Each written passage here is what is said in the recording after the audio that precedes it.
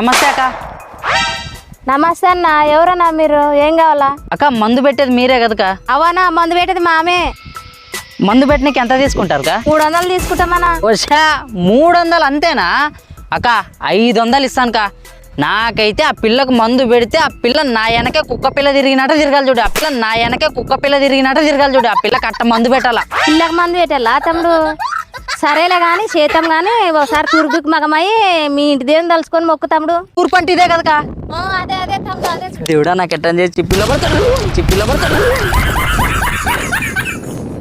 ఓ డక్క మా ఆడపిల్లల మందు పెట్టేవాళ్ళ కనపడతామా? చేనులకు మందు పెట్టేవాళ్ళు రే బాడకావు. ఏళ్ళకి మందు పెడతావు లాక? నన్ను మందు పెడతావు అంటే ఆ మందు పెడతావు అనుకునేనా? నాకు తెలదాక మీరు ఇట్లా చేనులకు మందు పెట్టేది. ఓ డక్క ఈ సమార్లుగా కనపడితే అడ్డం పెట్టి నరకొచ్చు కోడక.